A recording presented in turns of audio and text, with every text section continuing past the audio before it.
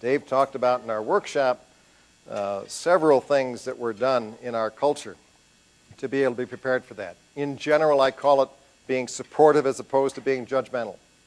We had to work a lot with our frontline supervisors. Frontline supervisors are those who are in contact with all of the folks that are entering the business. And many of you know that the story is made and told right there at that interface. People are working for their first supervisor, for that frontline supervisor, it makes or breaks it.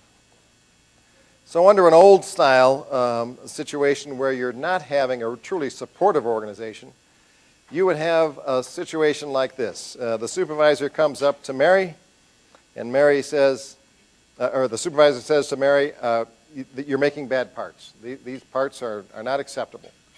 And Mary says, but I'm having a bad day because my kids were sick, I just got beat up, or I don't have enough money to get home tonight, or my car won't work, or all these reasons. And the supervisor would say, and trained to say, look, I'm not here to talk about your personal life, I'm here to talk about your job. You're not getting the work done. And they aren't communicating, are they? They're missing each other. So what the new situation looks like is we now have a state social worker who is actually in our factories, in our facility.